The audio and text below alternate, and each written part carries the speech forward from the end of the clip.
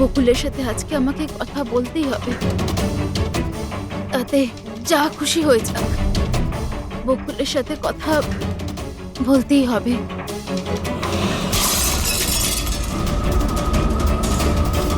বাড়িতে তো কেউ নেই, তাহলে এই আওয়াজ কিসের?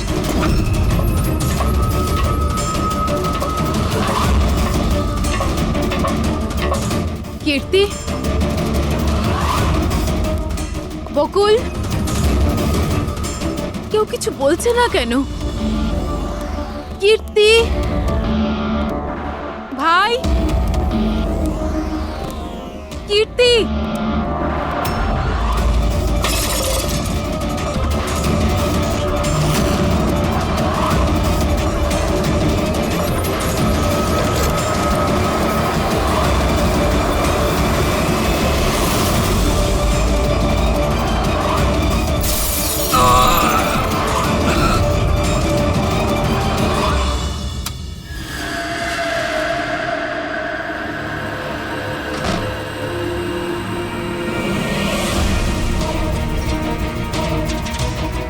দাদার সুটকেস? দাদা ব্যাঙ্গালোর যায়নি বুঝি?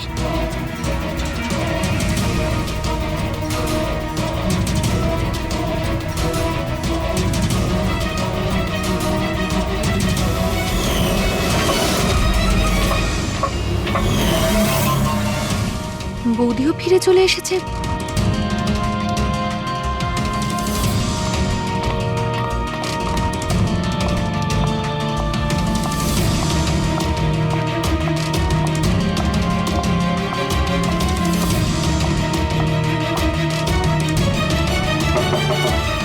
দাদা, বকুলদা, দাদা তুই ব্যাঙ্গালোর যাসনি? বৌদি,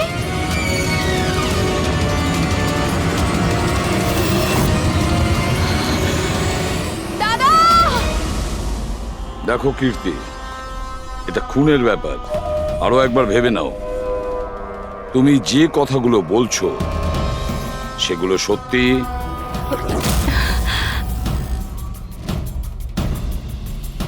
স্যার, আপনি, আমাদের মনে হচ্ছে না এই ব্যাপারটা সত্যি। আপনার মনে হওয়া না হওয়াতে কিছু এসে যায় না। যখন আপনাকে কিছু জিজ্ঞাসা করা হবে তখনই বলবেন।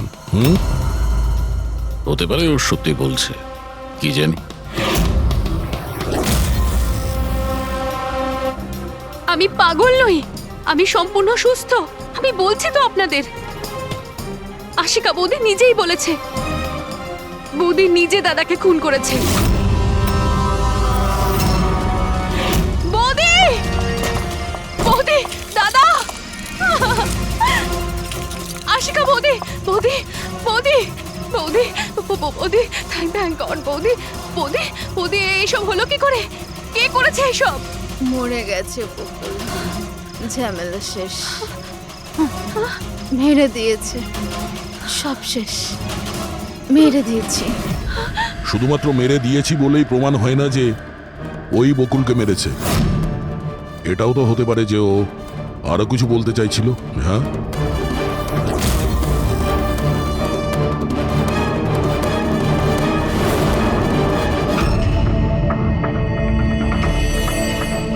একটা কথা বলো, বকুল যখন খুন হয় তখন তোমরা সবাই কোথায় ছিলে? কোথায় ছিলে তোমরা? আমি আর নিতিন তো এক বন্ধুর বিয়েতে খান্ডালা গিয়েছিলাম। কীর্তির ফোন এলো আর আমরা তাড়াতাড়ি চলে এলাম। আমার বিজনেস মিটিং ছিল হোটেল কিটসে। ওখানে একজন ক্লায়েন্টের সঙ্গে ডিনার ছিল। নিতিনের ফোন পাওয়া মাত্র আমি এখানে চলে আসি। আর আপনি কীর্তি, আপনি কোথায় ছিলেন? আমি তো বাইরে গেছিলাম। কীর্তি বাইরে গিয়েছিল, কাকাবাবু ক্লায়েন্টের সঙ্গে মিটিং এ ব্যস্ত ছিলেন, আর আপনারা দুজন খান্ডালা গিয়েছিলেন। আর সেই সময় বকুল আর আশিকা বাড়িতে একাই ছিল, তাই তো? বকুলদারও তো ব্যাঙ্গালোর যাওয়ার কথা হয়েছিল। দাদার 11টার ফ্লাইট ছিল। আর আশিকা বৌদি তো পার্টিতে গেছিল।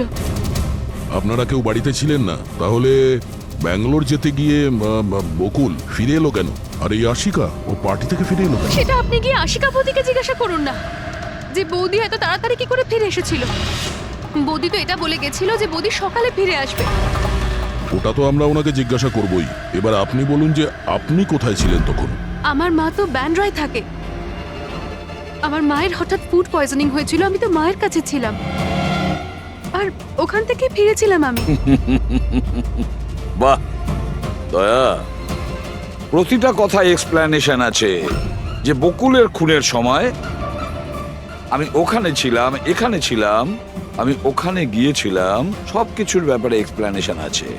কিন্তু সবাই মন দিয়ে শুনুন একটা কথা, যে সিআইডির কাছে কোনো সত্যি বেশিক্ষণ গোপন রাখা যায় না, সেটা সামনে আসবেই।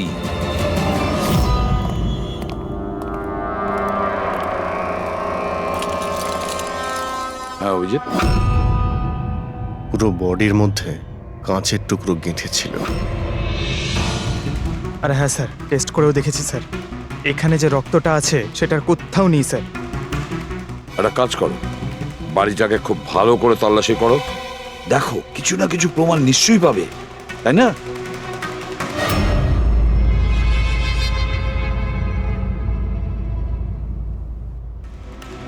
কিছু বললো কি? স্যার, ওর বক্তব্য ওর কিছুই মনে নেই। কিছু মনে নেই? আশিকা,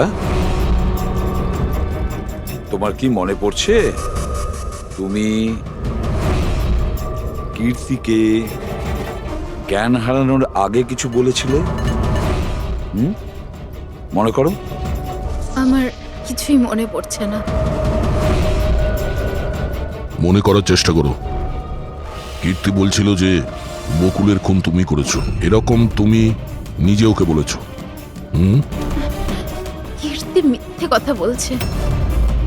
বকুলকে আমি মারিনি।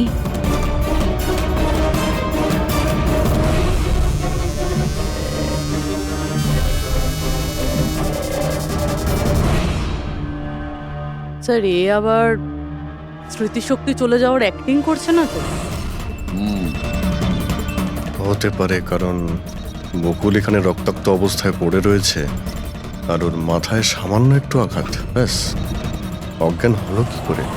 সেটাই তো, এর থেকে সত্যিটা বের করতে হবে।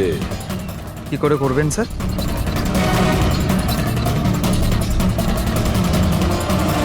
সত্যি কথাটা বলিয়ে নেব নার্কো টেস্টের মাধ্যমে।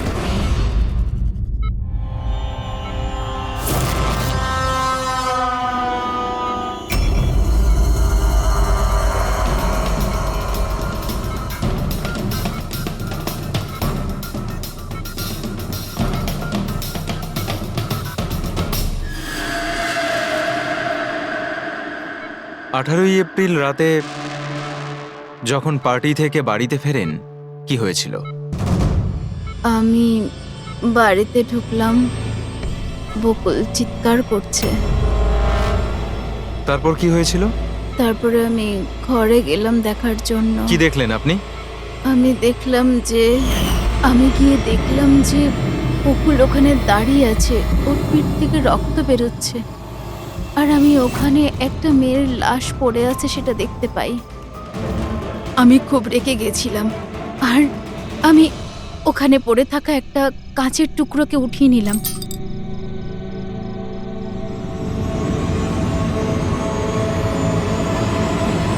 আর আমি বকুলকে মেরে দিলাম। আর তখনই আমি আমার ঘাড়ে একটা প্রেশার অনুভব করলাম। তারপরে আমি বেহুশ হয়ে পড়ছিলাম। বেহুশ হওয়ার আগে আমি দরজার সামনে একজন মানুষকে দেখতে পাই। কেউ একজন অরেঞ্জ কালারের জ্যাকেট পরেছিল। পুরুষ ছিল না মহিলা? একটা লোক।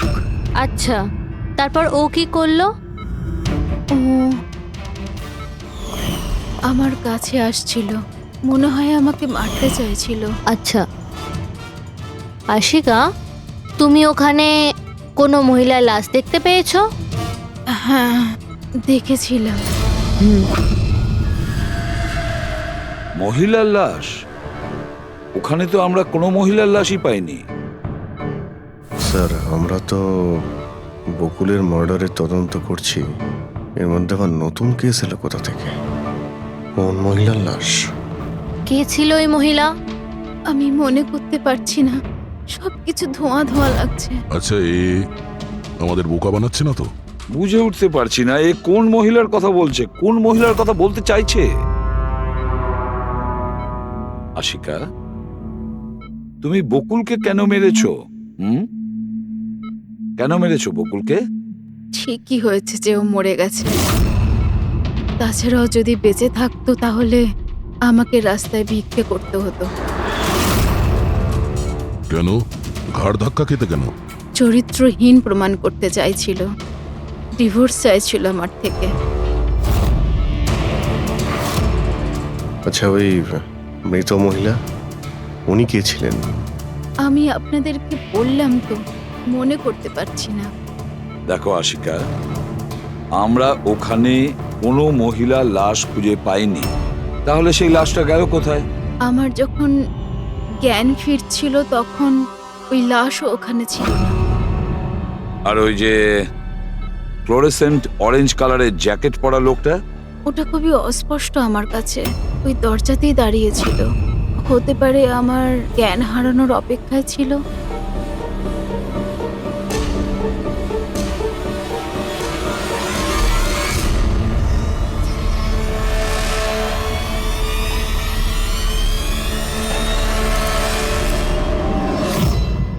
এখন আশিকা ওটাই বলছে যেটা ওর মনে হচ্ছে, কিন্তু টেস্টে আশিকা সবটা সত্যি বলেছে।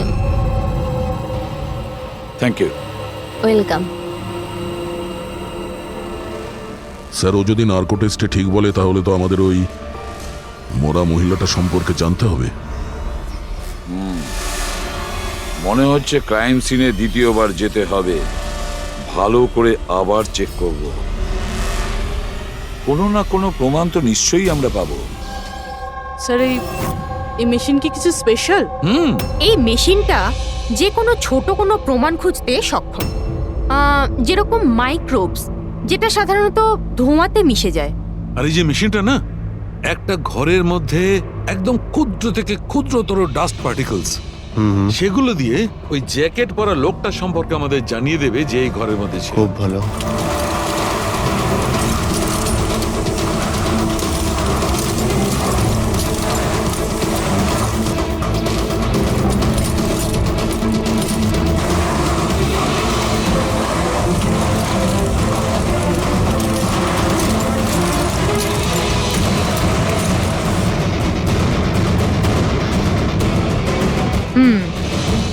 এই দেখুন,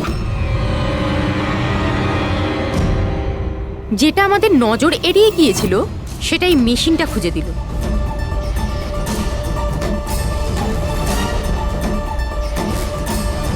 এটা তো মনে হচ্ছে কারণ তাও আবার নেল পেন্ট লাগানো, ডেফিনেটলি কোনো মহিলারই।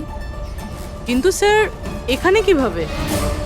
হয়তো দৌড়োদৌড়ি, হাতাহাতিতে কোনো জিনিসের সঙ্গে ধাক্কা লাগে আর নখটা পড়ে যায়।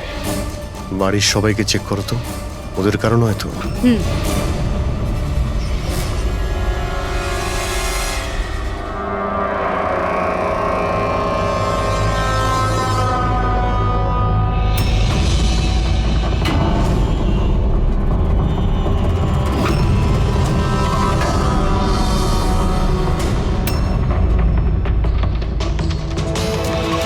স্যার, হ্যাঁ, ওই বাড়ির তো কারণ নয়, হয়তো ওই মহিলার হবে যার লাশ আশিকা দেখেছিল।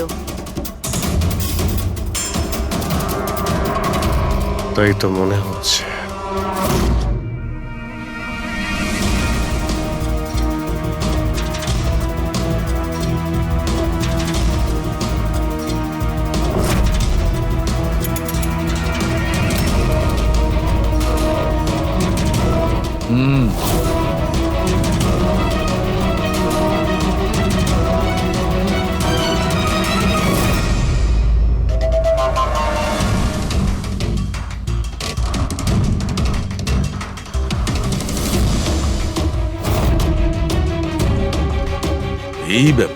সারিকা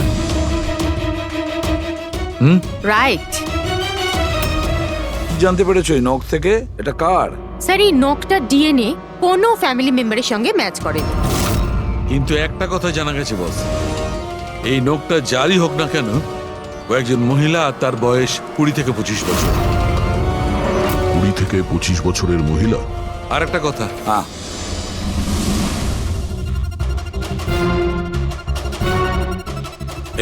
এই যে ছোট্ট ছোট্ট সাদা টুকরোগুলো দেখতে পাচ্ছ, এটা বলতে পারো যে হাই পার্সেন্টেজ অফ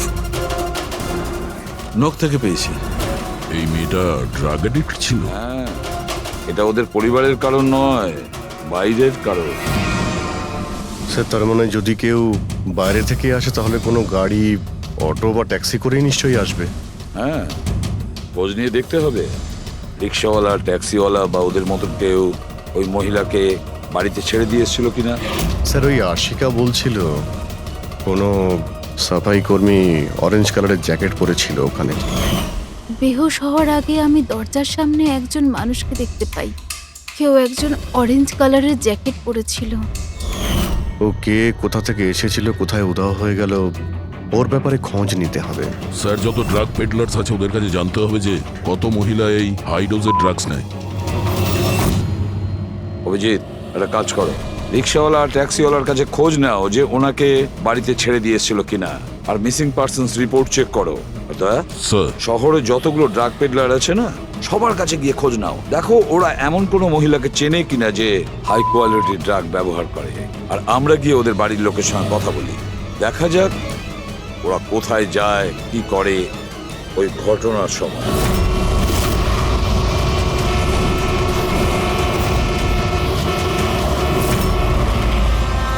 তোমাদের অ্যাসোসিয়েশন থেকে জানতে পেরেছি যে 10 তারিখ মানে পরশু রাতে তুমি শান্তিনিবাস বাংলোতে কোনো মেয়েকে ড্রপ করেছিলে। হ্যাঁ স্যার, ছেড়েছিলাম। তখন টাইম কত ছিল মনে আছে স্যার তোমার? প্রায় 1টা নাগাদ, ওই বাংলোতেই। স্যার ও নেশার ঘরে ছিল আর বারবার ওর স্বামীকে গালি দিচ্ছিল। আচ্ছা, হ্যাঁ স্যার।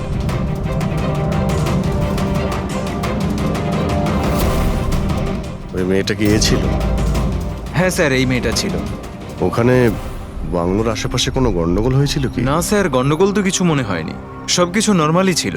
আর একটা গাড়ি দাঁড়িয়ে ছিল, একটা বাইক আর একটা গার্বেজ ভ্যানও ছিল।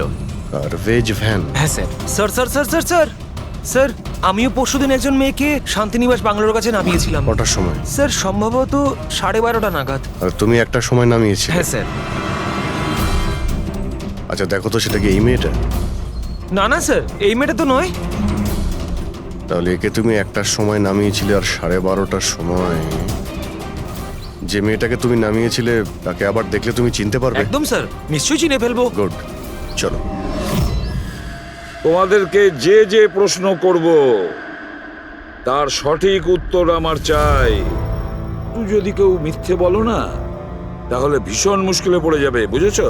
স্যার মিথ্যে কথা বলে কেন নিজেদেরকে বিপদে ফেলবো? হ্যাঁ তাহলে বলো, যেদিন বকুল খুন হয়েছিল সেদিন কি চেতন তোমার হোটেলে ছিল?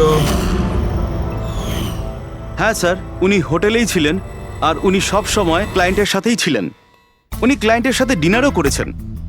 আচ্ছা, ঠিক আছে, তোমাদের ক্লায়েন্টদের ডিটেলস চাই আমার, আর সেদিনের সিসিটিভি ফুটেজও। শিনা, কীর্তির মায়ের ফুড পয়জনিং কেন হয়েছিল? খাবারে কি মিশিয়েছিলে? আমি কিচ্ছু মেশাইনি, আন্টি তো বাইরে গেছিলেন। যখন যখন উনি ফিরে এসেছিলেন, ওনার শরীরটা ভালো ছিল না। স্যার নিতিন আর সিয়া দুজনে সারাদিন বিয়েতেই ছিল। জিজ্ঞেস করার আগে বলছো, মুখস্থ করে এসেছো নাকি? না ম্যাম, যেটা সত্যি সেটাই বলছি। 11টার সময় ফাংশন শেষ হয়ে গেছিল। এরপরে বাকি রইল নিতিন আর শিয়া। ওরা কোথায় গিয়েছিল? স্যার ওরা মনে হয় নিজেদের রুমে চলে গেছিল।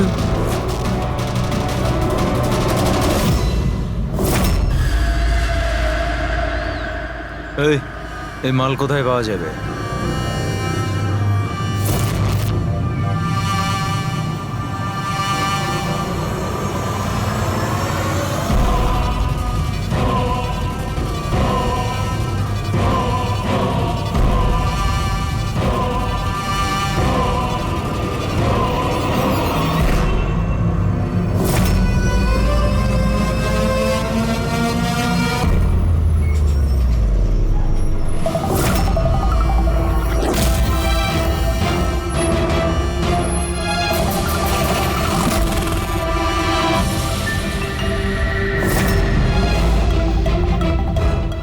মাল চাই। পেয়ে যাবি। কতটা চাই? আর পেমেন্ট কিভাবে করবি? পেমেন্ট মাল ব্যবহার করার পরে। মাল ব্যবহার করার পর দেখ, পালানোর ব্যাপারে না চিন্তাও করিস না। আমার কাছে সমস্ত ক্লায়েন্টের ঠিকুজি কুষ্টি আছে, আর ওই কুষ্টিতে লেখা আছে আমার ক্লায়েন্ট ওভারডোজে মরবে, নয়তো আমার বন্দুকের গুলিতে। কিন্তু তোর কুষ্টিতে লেখা আছে জেল যাওয়া। ওই সব মহিলার ফোন নাম্বার আমার চাই, যাদের তোমরা ড্রাগ সাপ্লাই করো। তাড়াতাড়ি দাও।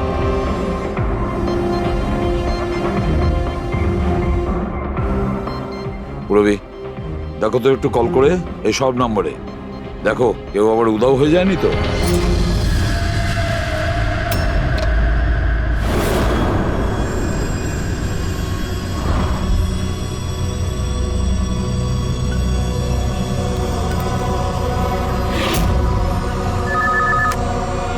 হ্যালো। আচ্ছা, আমি সোনারিকার সাথে কথা বলতে পারি? দেখুন, ও তো দুদিন ধরে কাজে আসছে না। কি? এ নিয়ে তো আমাদেরও চিন্তা হচ্ছে। দুদিন ধরে? ঠিক আছে, থ্যাংক ইউ স্যার। হ্যাঁ স্যার, ডায়েরিতে যে ছবিগুলো ছিল ওর মধ্যে থেকে এই মেয়েটা নিখোঁজ। এই মেয়েটার নাম সোনারিকা, আর এ একটা বারে কাজ করে। ও, দুদিন কাজে যায়নি। একে দেখে বলো তো, এ কি তোমার ক্লায়েন্ট ছিল? হ্যাঁ স্যার। তুমি কি এই মেয়েটাকে নামিয়েছিলে? হ্যাঁ স্যার, এই ছিল, এই মেয়েটাই। আশিকা নিশ্চয়ই একে দেখেছিল। বকুলের ফ্যামিলির সবাইকে ভেতরে নিয়ে এসো। একটু মন দিয়ে দেখুন এই ফটোটা। এই সেই মেয়েটা যার লাশ আপনাদের ঘরে পাওয়া গেছে। আপনারা চেনেন নাকি? হ্যাঁ না স্যার। আমি দেখেছি স্যার, বকুলদার সাথে 2 মাস আগেই। বকুলের সঙ্গে দেখা হয়েছিল 2 মাস আগে? কোথায় দেখেছিলেন? একটা হোটেলের বাইরে। আর দাদা বলেছিল ইনি দাদার ক্লায়েন্ট। স্যার, কোনো ড্রাগ অ্যাডিক্টেড বারে কাজ করা কোনো মহিলার সঙ্গে বকুল ছিল, আর এনাদের বলেছে ওই মহিলা ওর ক্লায়েন্ট। কেন কেন মিথ্যে বলেছে ও?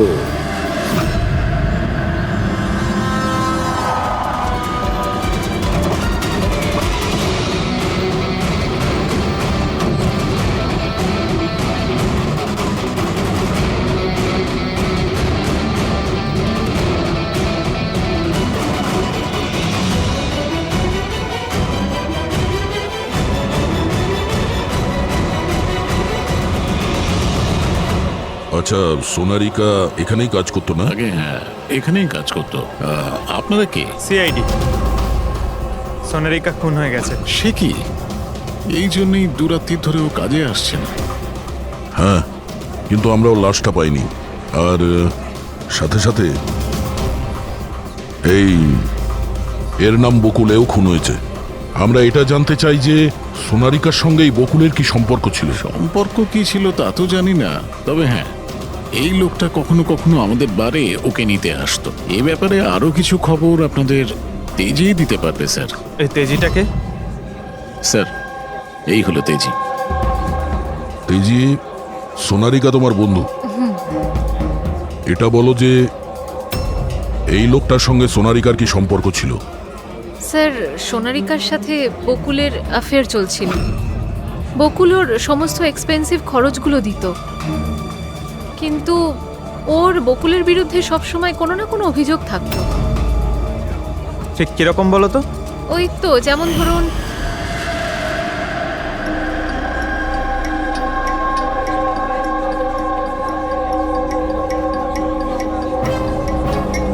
সোনারিকা, কি হয়েছে? আমি বকুলের সাথে এই সম্পর্কটা আর কন্টিনিউ করতে পারবো। কিন্তু কেন, কি হয়েছে? না এই সম্পর্কটা রেখে আমি কোনো টাকা পয়সা পাচ্ছি না, ওই বকুল নিজের বউকে ডিভোর্স দিচ্ছে। কিছু একটা করতেই হবে। কি করবি তুই? ব্ল্যাকমেল। কি? আমি ওকে ব্ল্যাকমেল করব যে আমাকে এই নাটকটা করতে বাধ্য করেছে। তাহলে কেউ সোনারিকাকে টাকা দিচ্ছিল বকুলের সাথে ভালোবাসার নাটক করার জন্য। মাস্টারমাইন্ড তাহলে অন্য কেউ? হ্যাঁ, আর ওই মাস্টার মাইন্ডই প্ল্যান করে এই সোনারিকা আর বকুলকে মেরে দিয়েছে। কিন্তু আশিকার ওখানে আসা প্ল্যানের মধ্যে ছিল না। বুঝে উঠতে পারছি না যে এই বকুল নিজের ফ্লাইট ছেড়ে বাড়ি কেন ফিরে আসলো। আর স্যার, খুনি যদি বকুলের গার্লফ্রেন্ডকে মারতেই চেয়েছিল তাহলে অন্য কোথাও মারতে পারতো, ওই বাড়িতেই কেন মারতে গেল? হতে পারে খুনি প্রথম থেকেই জানতো যে বকুলের বাড়িতে কেউ নেই, সেই কারণেও মিথ্যে কথা বলে সোনারিকাকে ওখানে ডেকেছে, আর সেই সময় বকুল আর আশিকা ওখানে পৌঁছে গেছে। এটা হতে পারে, কিন্তু স্যার লাশটাকে ঘরের বাইরে কোথায় নিয়ে যেতে পারে আর কিভাবে? কারণ বকুলের বাড়ির সমস্ত গাড়ি তো আগে থেকেই বাইরে ছিল। উনি যদি চাইতো তাহলে লাশটাকে টুকরো করে সুটকেসে নিয়ে যেতে পারতো, বা লাশটাকে টুকরো করে প্লাস্টিকে ভরে ডাস্টবিনেও ফেলে দিতে পারতো। ওই যে ডাস্টবিনগুলো আছে না বাইরে। হ্যাঁ স্যার। একটা গাড়ি দাঁড়িয়েছিল, একটা বাইক, একটা গার্বেজ ভ্যানও ছিল। কি রাত্রি 1টার সময়? রাত্রি 1টার সময় বাংলোর বাইরে ময়লার গাড়ি দাঁড়িয়ে ছিল? তার মানে স্যার এই খুনটা প্ল্যান করা ছিল। খুনি গার্বেজ ভ্যান নিয়ে এসেছিল লাশটাকে সরিয়ে ফেলার জন্য। আর স্যার এই ফ্লুরোসেন্ট অরেঞ্জ কাপড় গার্বেজ ভ্যানের লোকেরাই তো পরে। স্যার, হ্যাঁ, চেতন যেই কোম্পানির বিজনেস ডিনারে গিয়েছিল এই নামে কোনো কোম্পানিই নেই। আমার বিজনেস মিটিং ছিল হোটেল কিডসে। আর কীর্তির মা বাইরের কিছুই খায়নি। আমার মা ব্যান্ড্রয় থাকেন। মায়ের হঠাৎ করে ফুড পয়জনিং হয়েছিল, আমি তাই মায়ের কাছে আবার একবার ফুড পয়জন হোক কেমন?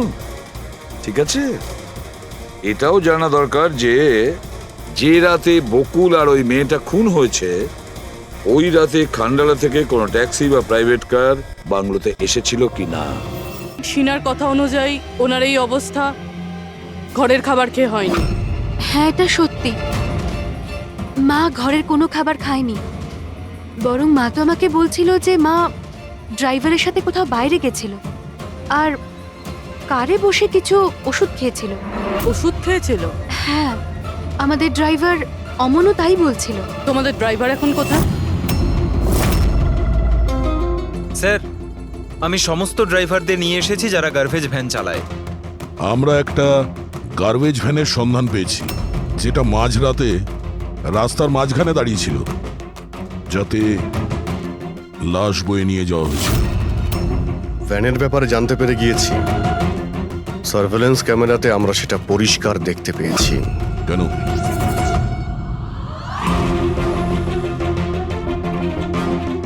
তুমি না ওই ভ্যানের ড্রাইভার? না না স্যার, আমি কিছুই জানি না। আমার ভাই নিয়ে গেছিল এই ভ্যানটাকে, আর এবারে ও সেটাকে কোথায় নিয়ে গেছিল, কেন নিয়ে গেছিল আমাকে কিছুই বলেনি ও স্যার। ফোন করো কেউ? হ্যাঁ স্যার। হ্যাঁ হ্যালো, হ্যাঁ ভাই কোথায় আছিস রে তুই?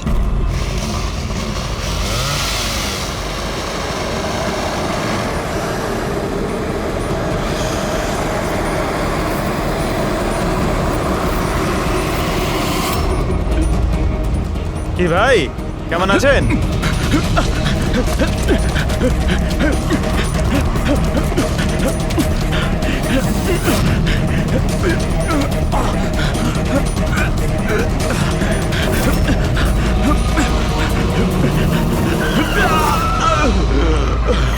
স্যার, আমি সব সত্যি কথা বলছি। আমি যা কিছু করেছি ওই ফোন কলের ভিত্তিতেই করেছি।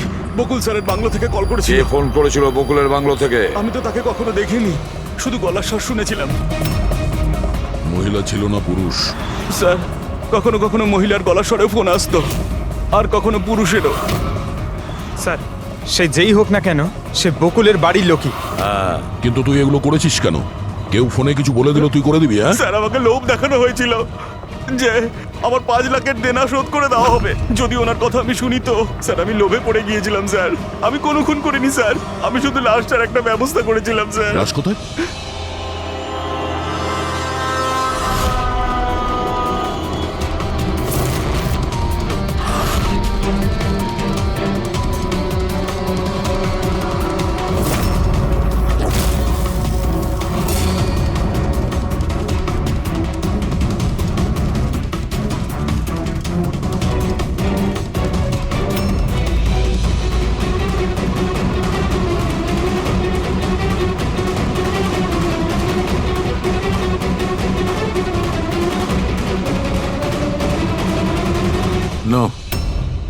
এই মেয়েটার গলা টেপা হয়েছে আর তাতেই ওর মৃত্যু হয়েছে। এই জন্য এর খুনের কোনো চিহ্ন খুঁজে পাওয়া যায়নি ক্রাইম সিন থেকে। আর এর পায়ের বুড়ো আঙ্গুলের নখটাও ভাঙা রয়েছে।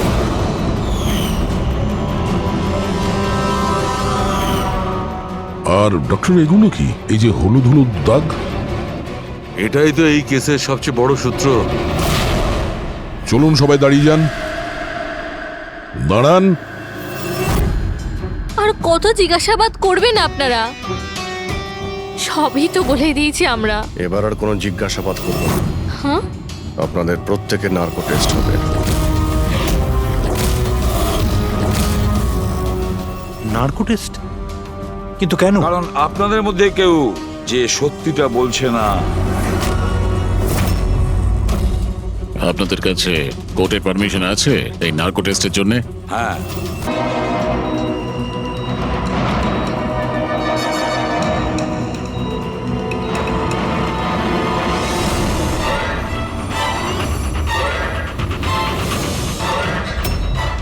ঘুম আসছে? যা আমি আপনাকে বলবো তার সঠিক সঠিক উত্তর দেবেন, ঠিক আছে? সোনারিকাকে আপনি চেনেন? বকুলের যে অ্যাফেয়ার ছিল ওর সাথে, এটাও জানতেন আপনি? হ্যাঁ, আমার দুজনকেই সন্দেহ হতো। তাহলে আশিকাই কি ওকে খুন করেছে? আশিকা তো সোনালিকাকে চিনতই না, তাহলে খুন কি করে করবে? আপনার এখন ঘুম পাচ্ছে? সোনারিকাকে আপনি চেনেন? না।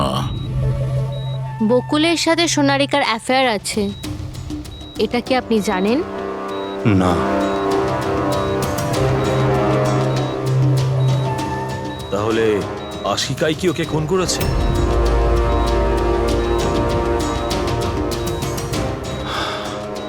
আশিকা সোনালীকে চিনত, আর এই আশিকাই বকুল আর সোনালীকে খুন করেছিল। ও নিজেই এই খুনের ষড়যন্ত্রটা রচনা করেছিল। আশিকা চালচলন কিছুদিন ধরেই খুব অদ্ভুত লাগছিল। এই কথাটা আমি বকুলকে বলেছিলাম। কি হয়েছে স্যার? কিছুই হয়নি নিতিন, শুধু এটাই বলার ছিল টুথ সিরাম অ্যাপ্লাই করলে মানুষ শুধু এটুকুই উত্তর দেয় যতটুকু তাকে প্রশ্ন করা হয়, এর থেকে বেশি কিছু বলে না। ব্যাপারটা হলো মানুষের ব্রেন নিজের মেমোরি শেয়ার করে, কিন্তু ওপিনিয়ন দেয় না, যেটা তুমি দিয়েছো। এখন সব কথাগুলো সত্যি সত্যি বলে দে, নাহলে তোকে আসল সিরামটা দিতে হবে। আসল সত্যিটা মানে আমরা যে ইনজেকশনটা দিয়েছিলাম ওটা আসল ট্রুথ সিরাম ছিল না, ওটা গ্লুকোজ ইনজেকশন ছিল। হোয়াট? তোমাকে আমরা আগেই সন্দেহ করেছিলাম, কিন্তু চেয়েছিলাম সব সত্যিটা তুমি নিজের মুখেই স্বীকার করো। নিতিন, সবকিছু তুমি খুব চতুর ভাবে দিয়েছো, কিন্তু মেয়েটার গলায় যে হলুদ রং লেগেছিল না, সেটাই তোমাকে ধরিয়ে দিয়েছে। সেই হলুদ যেটা বিয়ের সময় তোমার হাতে লেগেছিল। এই যে হলুদ রঙের পার্টিকেলস গুলো দেখতে পাচ্ছ, এইগুলো আসলে হলুদ, আর এই হলুদের সঙ্গে আটা আর তেল মেশানো হয়েছিল। আটা, তেল আর হলুদ। মুখে কোনো হলুদ নেই, শুধু এইখানে, এই গলার কাছে। কোথা থেকে আসতে পারে এই হলুদ? স্যার শিয়া বলছিল যে ওরা খান্ডালা গেছিল বিয়ের জন্য, আর ওখানে গায়ে হলুদের অনুষ্ঠানে যুক্ত হয়েছিল। বকুল 500 কোটির রাজত্ব চালাতো, সেই রাজত্ব যেটা আমি তৈরি করেছিলাম, কিন্তু আমাকেই ওই রাজত্ব থেকে বার করে দেওয়ার চেষ্টায় ছিল। ওর সঙ্গে তুমি কথা বলতে, ওকে বোঝাতে। কথা বলার অনেক চেষ্টা করেছিলাম স্যার, অনেকবার চেষ্টা করেছিলাম, কিন্তু ও শুনতো তবে না। ভাই ছিল আমারও, আমি কখনো মারতে চাইনি ওকে, কিন্তু পুরো রাজত্বটা নিজের নামে করতে চাইছিল। সেজন্য আমি একটা প্ল্যান করলাম। কি প্ল্যান করেছিলে? বকুল আর আশিকার প্রায় প্রতিদিনই ঝগড়াঝাটি হতো।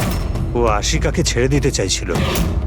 আমি সোনালীকে টাকার লোভ দেখালাম আর ওকে বললাম যে বকুলের সাথে মিথ্যে ভালোবাসার নাটক করে যাক। আর একদিন সময় হলে ওকে বিয়েও করে নিক।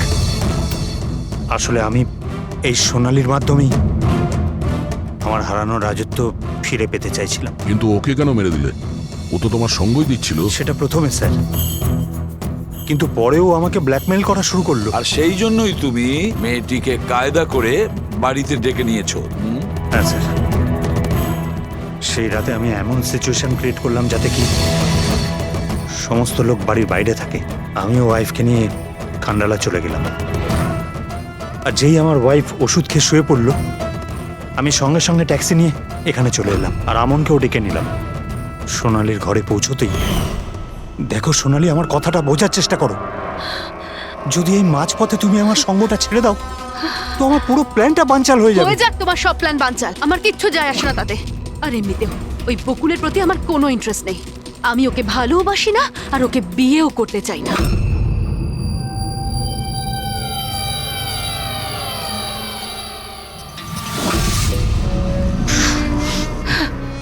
দেখো, যদি তুমি আমাকে সঙ্গ না দাও না তো খুব পস্তাবে, বলে দিলাম। হুমকি আমি দিচ্ছ তুমি আমাকে? হুমকি দিচ্ছ? হ্যাঁ, এমনটাই ভেবে নাও।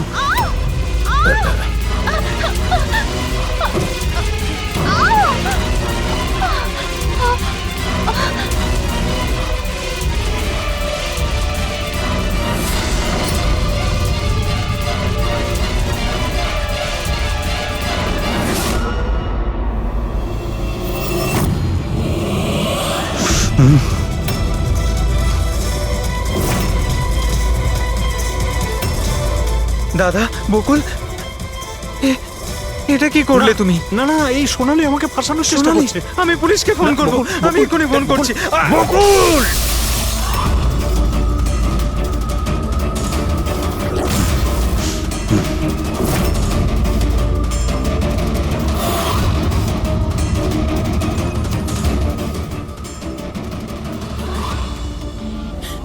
বকুল,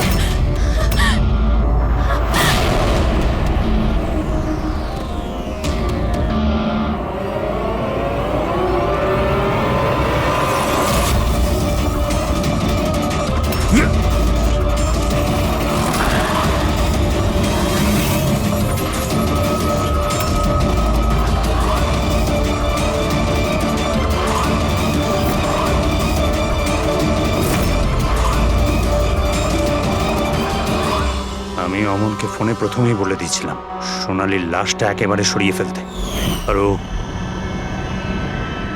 একেবারে সেই কাজটাই করেছিল। টাকার লোভে পড়ে তুমি এতটাই অন্ধ হয়েছিলে যে নিজের সম্পর্কটাই ভুলে গিয়েছিলে। নিজের ভাইয়ের প্রাণটা নিয়ে নিয়েছো, আর তার উপরেও নিজের সঙ্গী মেয়েটিকেও খুন করলে তুমি। আইন তোমাকে কোনোদিন ক্ষমা করবে না। কঠোরতম শাস্তি হবে তোমার, হয়তো ফাঁসি।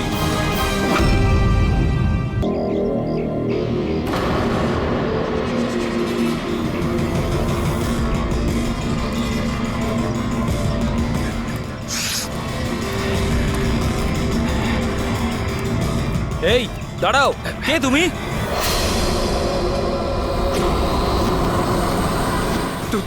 তুমি? না না, এটা হতে পারে না। এই দাঁড়াও, এখানে আসার পারমিশন নেই কারোর কাছে। ওয়াচম্যান, ধরো ওকে। ওই দেখো পালাচ্ছে, ধরো ওকে।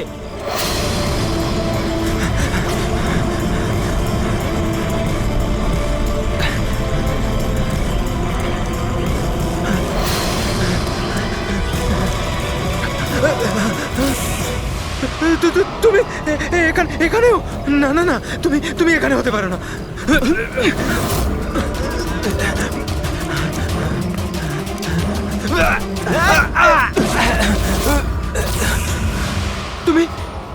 তুমি আমার পিছু নিয়েছো কেন?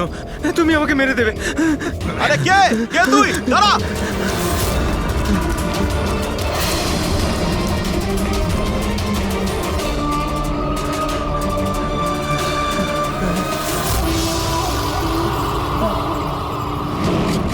পরেশ, তুমি কোথায়?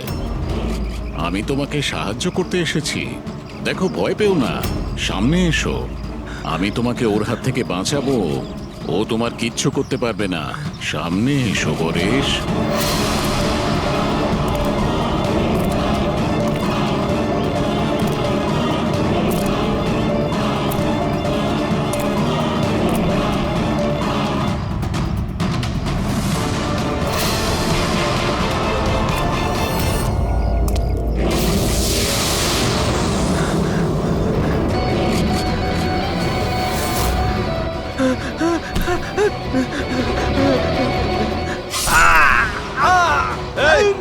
ওখানে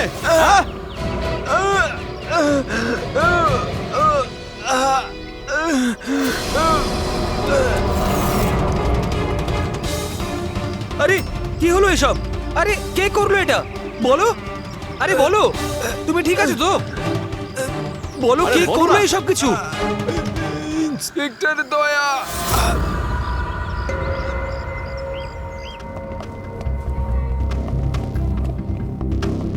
হ্যাঁ ডাক্তারবাবু, পেশেন্ট এখন বিপদের বাইরে, কিন্তু এখনো অজ্ঞান হয়ে আছে।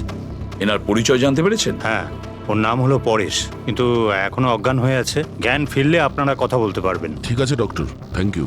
আচ্ছা, আপনি আমাদের কেন ডাকলেন? এনারই কারণে। এনার বক্তব্য হলো আক্রমণ যে করেছিল সে আপনার দলেরই অফিসার। হোয়াট? কি বাজে কথা বলছেন? সিআইডির কাজ হলো মানুষকে বিপদ থেকে উদ্ধার করা, কারোর ক্ষতি নয়, বুঝেছেন? স্যার, সত্যি বাজে কথাই মনে হয়, কিন্তু এটা কোনো বাজে কথা নয়, কারণ ও আমাকে নিজে বলেছে। ও কি বলেছে? ওর ওপর কে অ্যাটাক করেছে বলুন? দয়া। হোয়াট? কি কি বলছো? কি আমি ওর ওপর হামলা করেছি? হ্যাঁ, ও তো আমাকে এটাই বললো যে আপনি ওর উপরে আক্রমণ করেছিলেন আর আপনি ওকে প্রাণে মেরে ফেলতে চান। কি? আমি ওর প্রাণ নিতে চাই? হ্যাঁ স্যার, আমার মনে হয় আপনাদের দয়াকে অ্যারেস্ট করা উচিত। আমাদের কাজ আপনাকে বোঝাতে হবে না, বুঝেছেন? আমি জানতাম যে আপনি আপনার কলিগকেই সাপোর্ট করবেন। দেখলে, চোরে চোরে মাসতুতো ভাই। এই, বেশি বিচার করতে চাস না, বুঝলি? তোর সার্টিফিকেটের প্রয়োজন নেই আমাদের। পরেশকে তুমি কি করে চিনলে? আমি ওকে চিনি না স্যার। তাহলে? স্যার, আমি তো ওকে আমাদের কনস্ট্রাকশন সাইটে দেখতে পাই। আমাদের দেখে এমন ভাবে বিহেভ করছিল যেন ও কোনো ভূত দেখেছে, আর তারপরে ভেতরে দৌড়ে পালিয়ে গেল। আর কিছুক্ষণ পরেই ওর চিৎকার আমরা শুনতে পাই। যখন আমরা ওখানে পৌঁছলাম, ওকে দেখে ও আহত হয়ে পড়ে আছে, আর ওই অবস্থাতেই ও আমাদের বলল যে এই আক্রমণ দয়া করেছে। আমি একই সময় দু জায়গায় থাকতে পারি না। আমি সকাল থেকে বিউরোতে ছিলাম। প্রমাণ চাইলে তুমি ওই সিসিটিভি ফুটেজ দেখতে পারো, বুঝেছো? কিন্তু তাহলেও আপনার নাম কেন বললো? একটা কাজ করুন, আপনি এখান থেকে যান। যান, অনেক কথা বলে দিয়েছেন। থ্যাংক ইউ ভেরি মাচ ডাক্তারবাবু। বুঝতে পারছি না দয়া, যখন তুমি বিরোধী ছিলে তাহলে পরেশ কেন বলল যে দয়া ওর ওপর অ্যাটাক করেছিল?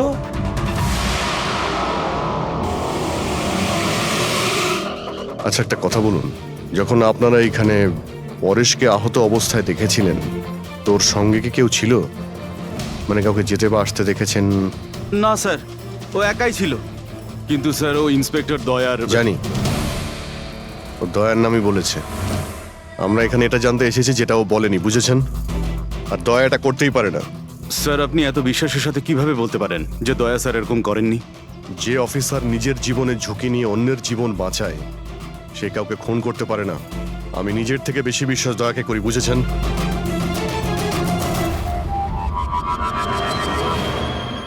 আশপাশটা ভালো করে চেক করে দেখি, যদি কোনো প্রমাণ পাওয়া যায়।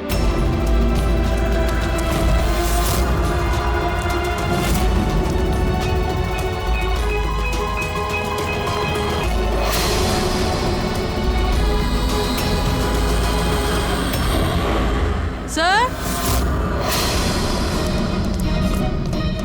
হ্যাঁ স্যার, এই দেখুন। ও নো, ইনি কে? বেঁচে আছে। Hello, ambulance. মালবানির কাছে যে আন্না কনস্ট্রাকশন বিল্ডিং আছে, ওখানে এক্ষুনি চলে আসুন। তোমরা চেনো একে? ইনি তো শুভু স্যার। 2-3 বার আগে উনি ফ্ল্যাট দেখতে এসেছিলেন। কিন্তু স্যার, ওনার হয়েছেটা কি? বোধহয় পড়ে গেছে।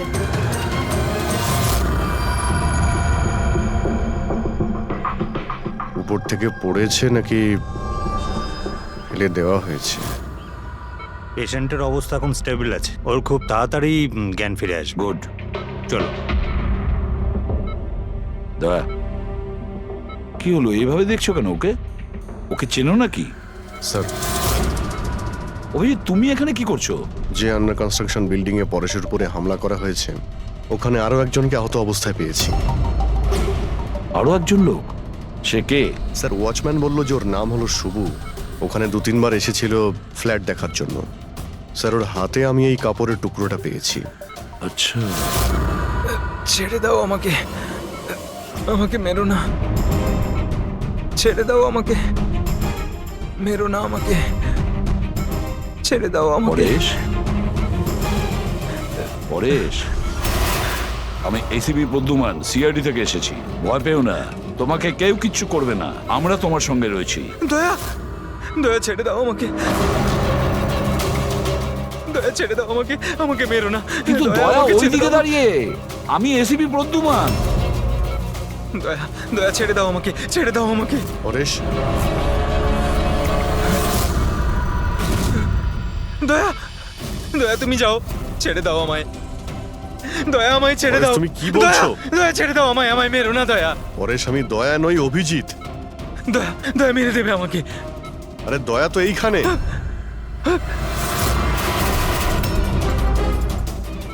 দয়া ছেড়ে দাও আমাকে, দয়া ছেড়ে দাও আমাকে। পরেশ, এদিকে দেখো, আমাদের আগে দেখা হয়েছে, তুমি আমাকে চেনো? দয়া, ছেড়ে দাও আমাকে, দয়া পরেশ, আমাকে মেরো না। পরেশ, দয়া, পরেশ, দয়া ছেড়ে পরেশ। দাও তুমি, দয়া তুমি আমাকে ছেড়ে দাও। ডক্টর, আমাকে মেরো না, ডক্টর, মেরো না দয়া। ডক্টর, এই দয়া, দেখুন না কি হলো। চুপ। দয়া, আরে কি হঠাৎ হয়েছে? করে এরকম দয়া ছেড়ে দাও আমাকে, আরে, দয়া, দয়া আরে, আমাকে মেরো না। পরেশ, কিচ্ছু হবে না তোমার। দয়া ছেড়ে দাও, ছেড়ে দাও আমায়, আমায় মেরো না, ওরকম করো না। মেরো না দয়া। ছেড়ে দাও আমায়, ছেড়ে দাও দয়া, ছেড়ে দাও, ছেড়ে দাও দয়া। তোমরা সবাই দয়া, সব দয়া।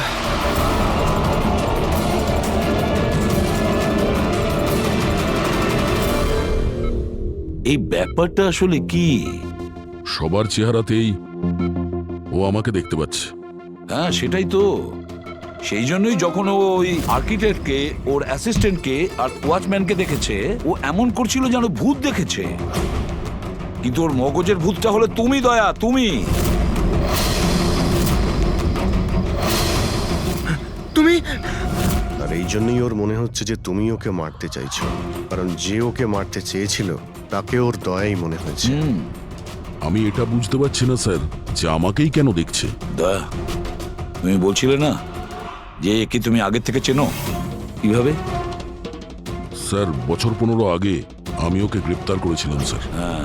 আর 2 বছর আগেও জেল থেকে ছাড়া পেয়েছে। আর গত 2 বছরে বিভিন্ন কেসে আমি ওকে 2 বার অ্যারেস্ট করেছি স্যার। অভিজিৎ, এই পরেশ অনেক পুরনো অতিথি দয়ার। কিন্তু পরেশের উপরে আক্রমণ করলো কে আর কেন?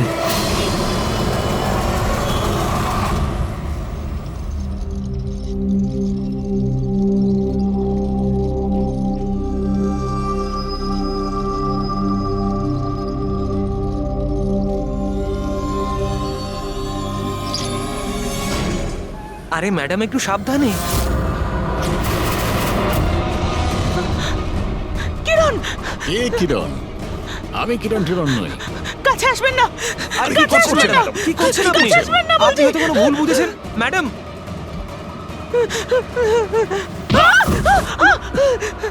আরে ম্যাডাম, আপনি ঠিক আছেন তো? কিরণ, কিরণ, কাছে আসবেন না। কোন কিরণ? একদম কাছে আসবেন না বলছি। চলে যান, চলে যান এখান থেকে, চলে যান।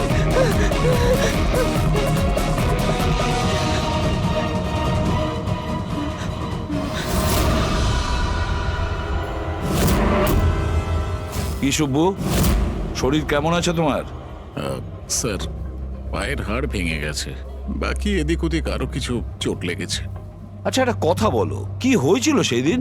হ্যাঁ, আসলে ওই লোকটা সিঁড়ি দিয়ে পালাচ্ছিল, তখন আমার সঙ্গে ধাক্কা লাগে। আমি যখন ওর হাতে ছুরি দেখলাম, আমি চেঁচিয়ে উঠি আর ওকে ধরার চেষ্টা করি, কিন্তু তখন ও আমাকে ধাক্কা মারে আর আমি নিচে পড়ে যাই। তারপর আর কিছু মনে নেই। শোনো, তোমার হাতের থেকে যে ওই কাপড়ের টুকরোটা পেয়েছিলাম লাল রঙের স্ট্রাইপ করা, ওটা কি ওই লোকটার শার্টের টুকরো ছিল? হ্যাঁ স্যার, শার্ট পরেছিল। ধস্তাধস্তির সময় শার্টের একটা টুকরো ছিঁড়ে আমার হাতে চলে আসে। আচ্ছা একটা কথা বলুন, ওই লোকটার মুখ দেখেছিলেন? সবকিছু এত তাড়াতাড়ি হয়েছিল যে আমার কিছু মনে নেই। ঠিক আছে, এবার তুমি যেতে পারো। যদি দরকার পড়ে আবার তোমাকে ডেকে নেব, ঠিক আছে? আচ্ছা স্যার, থ্যাংক ইউ স্যার। যা।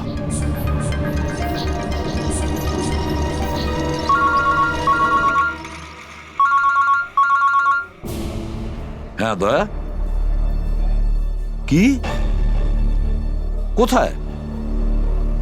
আচ্ছা ঠিক আছে, আমি অভিজিৎ আর পুরবীকে ওখানে পাঠাচ্ছি। হ্যাঁ হ্যাঁ, এখনই পাঠাচ্ছি। ইয়েস। কি হয়েছে স্যার? দয়া বলছিল যে কোনো সুপারমার্কেটে একজন মহিলা আশেপাশের সব লোকের ওপর হামলা করছিল আর সবাইকে দেখে কিরণ কিরণ কিরণ বলে চেঁচাচ্ছে। দেখুন ম্যাডাম, আমরা সিআইডি থেকে আপনাকে সাহায্য করতে এখানে এসেছি, ঠিক আছে? আপনি এই ছুরিটা আমাকে দিয়ে দিন। তুমিও কিরণ? দেখুন ম্যাডাম, আমি কিরণ নই, আমি ইন্সপেক্টর অভিজিৎ। তোমাকে আমি মেরে ফেলবো কিন্তু, ছাড়বো না তোমায় আমি। আপনি প্লিজ শান্ত হন, প্লিজ। তোমাকে আমি মেরে ফেলবো কিন্তু। ছাড়ো, ছাড়ো আমায়, ছাড়ো। পুরবী, ছাড়ো। কি হলো? কি হলো? আরে কি হলো কি? উনি পড়ে গেলেন কি করে?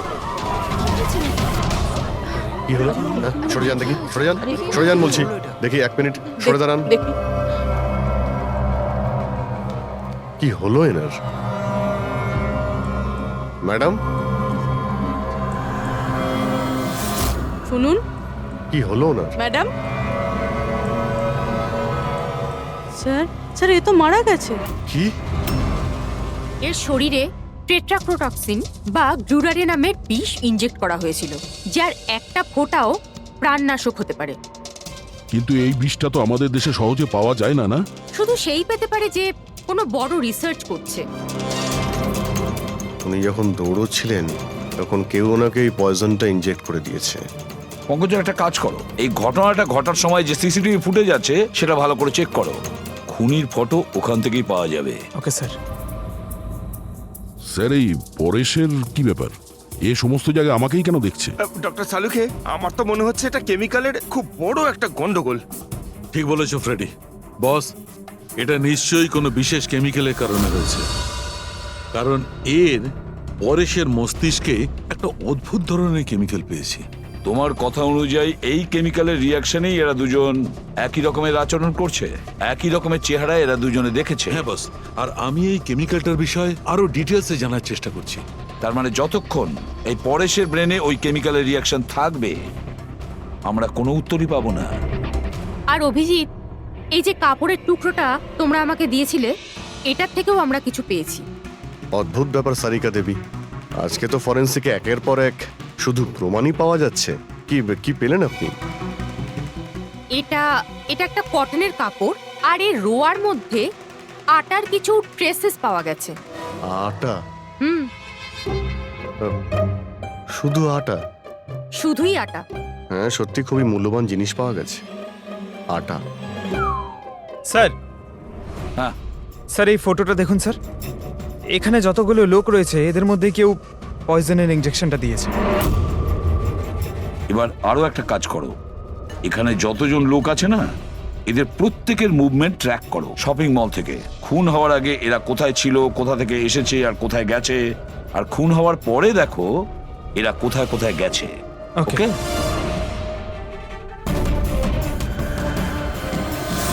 স্যার, আমি এই মহিলার ব্যাকগ্রাউন্ড চেক করেছি। ওনার নাম শিপ্রা। উনি একজন হাউসওয়াইফ ছিলেন। স্যার, পরেশ তো তাও একজন অপরাধী, ওর অনেক শত্রু থাকতে পারে, কিন্তু এর কার সাথে কি শত্রুতা থাকবে? কারণ তো অনেক কিছু হতে পারে পুরবী, কিন্তু এদের দুজনের মধ্যে একটা ব্যাপার কমন, এদের দুজনের ব্রেনেই একই কেমিক্যাল পাওয়া গেছে।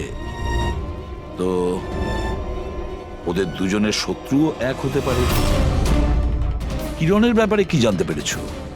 স্যার, কিরণ শিপ্রার হাজবেন্ড ছিল, ও, আর 2 বছর আগেই মারা গিয়েছেন। স্যার, কিরণ শিপ্রাকে বেশ মারধর করতো। কোনো না কোনো বিষয় তো আছে পরেশ আর শিপ্রার মধ্যে, কোনো কমন ব্যাপার, যার জন্য এরা দুজনেও সেই খুনির টার্গেটে চলে গেছে। কি হতে পারে সেই কমন ব্যাপার? কি হতে পারে? স্যার, আমি পরেশের প্রতিবেশী হিসেবে 5 বছর ধরে আছি। স্যার, অদ্ভুত ব্যাপার স্যার, না আমি ওকে কখনো দেখেছি আর না কখনো পরিচয় হয়েছে। আর কেউ নেই ফ্যামিলিতে ওর? স্যার, ওর বাবা ছিলেন, যার মৃত্যু তখন হয়েছিল ও যখন জেলে ছিল। আর কেউ নেই স্যার। স্যার, শিপ্রার হাজবেন্ড খুব স্ট্রিক্ট ছিল। ওর সঙ্গে কথা বলা তো দূরস্থ, দেখা অবধি করতে দিত না। ইনফ্যাক্ট ও তো ওকে খুব মারধরও করতো। স্যার, ওর হাজবেন্ডের ডেথের পর আমি অনেকবার চেষ্টা করেছিলাম ওর সঙ্গে কথা বলার, ওর সঙ্গে দেখা করার, কিন্তু ও কোনোভাবে ইন্টারেস্ট দেখায়নি। আচ্ছা, ওনার কি কোনো কোনো কাছের বন্ধু বা কোনো আত্মীয় ছিল না? স্যার, আমার কিন্তু মনে হয় না কেউ ছিল। আচ্ছা। শিপ্রা আর পরেশ দুজনের জীবনে একটা বিষয় কমন ছিল, দুজনেই জীবনে একা ছিল, না কোনো বন্ধু না কোনো আত্মীয়। স্যার, ওই দুজনের মধ্যে একটা জিনিস কমন। কি? স্যার, আমি পরেশ আর শিপ্রার কম্পিউটার চেক করেছি, তো ওদের কম্পিউটার হিস্ট্রি থেকে জানা গেছে দুজনেই অনলাইন সাপোর্ট গ্রুপে যুক্ত হয়েছিল।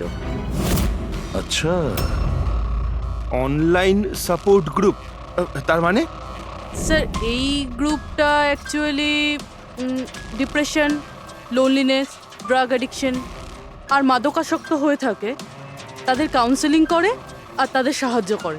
স্যার, এই শিপ্রা 2 সপ্তাহ আগে একটা গ্রুপে জয়েন করেছিল যারা বিবাহিত জীবনে কোনো সমস্যা হলে সাহায্য করে।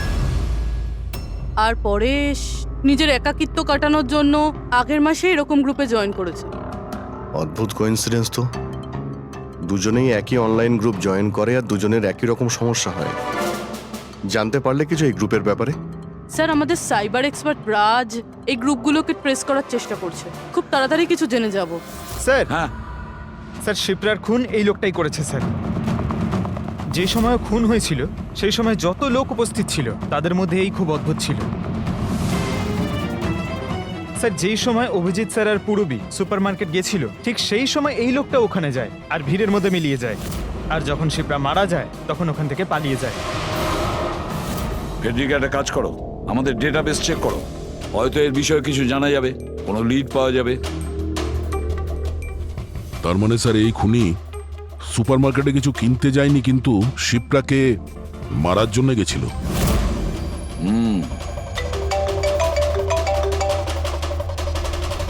হ্যাঁ রাজ, ওকে, ঠিক আছে, তুমি আমাকে অ্যাড্রেসটা পাঠিয়ে দাও। Thank you.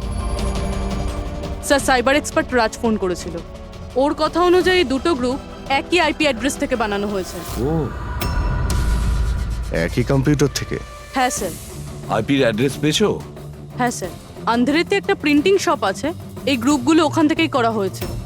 ব্যাস, তাহলে অভিজিৎ, তুমি আর পূরবী ওখানে যাও আর দেখো কে আছে এসবের পিছনে আর ওর কি কানেকশন আছে। স্যার। দয়া, কি ভাবছো? না স্যার, মানে পঙ্কজ তো বলল যে ওই লোকটা শিপ্রাকে মারার জন্যই এসছিল। তাহলে ও জানলো কি করে স্যার যে শিপ্রা ওই সুপারমার্কেটে আছে আর লোকেদের ওপর হামলা করছে? ও শিপ্রাকে ফলো করছিল হয়তো।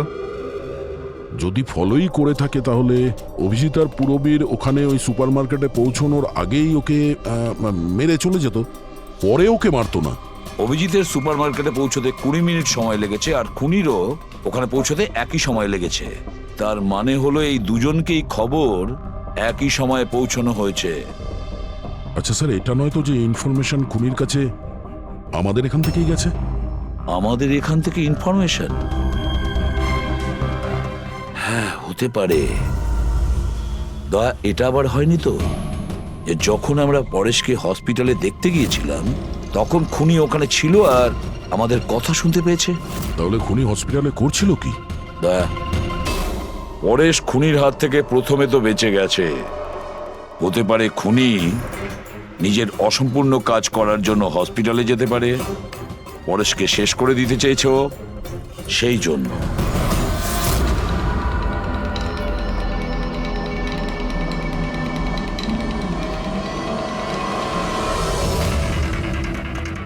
ডক্টর, আপনি কি এই লোকটাকে দেখেছেন?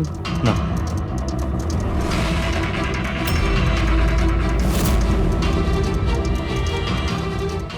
দাদা, এই লোকটাকে একটু দেখুন। এই হসপিটালে একে কোথাও দেখেছেন? হ্যাঁ হ্যাঁ, একে তো আমি দেখেছি। কোথায় দেখেছেন? ওই যে ওখানে ওখানে ওয়েটিং রুমে।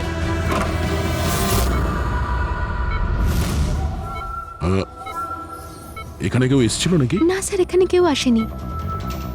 ঠিক আছে। হ্যাঁ দয়া, স্যার পরেশ তো ঠিক আছে, কিন্তু ওই খুনিকে এখনো দেখা যায়নি। কোথাও নিশ্চয়ই লুকিয়ে আছে দয়া, সঠিক সময়ের অপেক্ষা করছে। স্যার, হ্যাঁ, ওয়েটিং রুমে চেক করেছি স্যার, ওখানে কেউ নেই। ও তো এখানেই আছে, কিন্তু কোথায় কোথায় লুকিয়ে বসে আছে?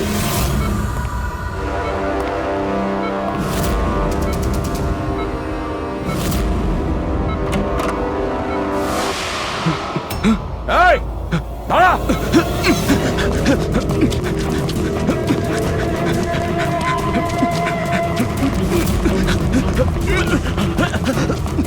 এই সরে যাও।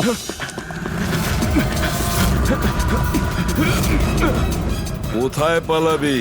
দাঁড়া! এই, দাঁড়া! মাই গড! হ্যাঁ ভাই, কি পেলে?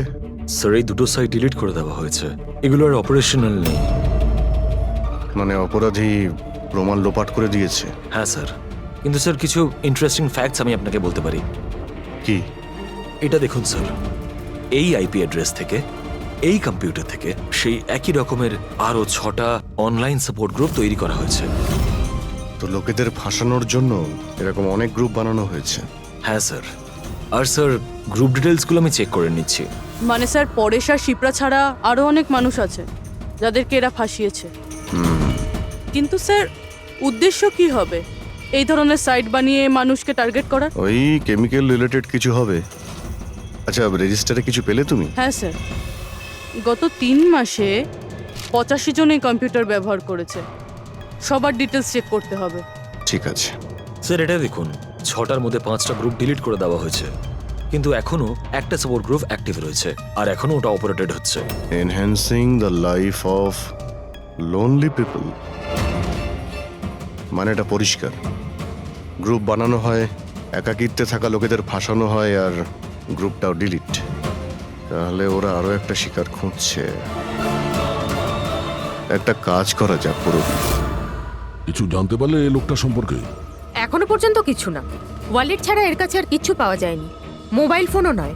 তার মানে আমাদের কাছে কোনো প্রমাণ নেই? না দয়া, যতটা সোজা ভাবছো ততটা নয়। অনেক বড় ষড়যন্ত্র আছে এর পেছনে, অনেকগুলো লোক এতে ইনভলভ আছে। এ তো স্যার এই খেলার বোরে মনে হচ্ছে, তাও ভাড়া করা। আর এই কেসের মাস্টারমাইন্ড এখনো বাইরে ঘুরছে, নতুন শিকারের খোঁজে ঘুরছে। খুব তাড়াতাড়ি খুঁজতে হবে স্যার একে। এসব পঙ্কজ, সাবধানে, আস্তে আস্তে। এসব কি শালুকে?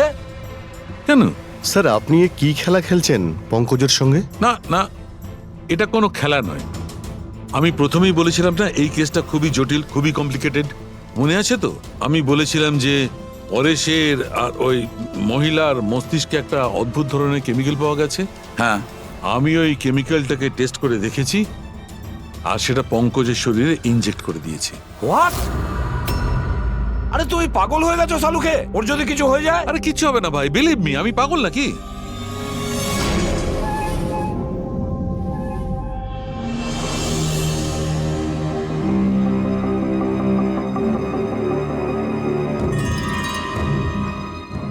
পঙ্কজ, এবার চোখটা খোলো, দেখো তোমার সামনে কে দাঁড়িয়ে আছে।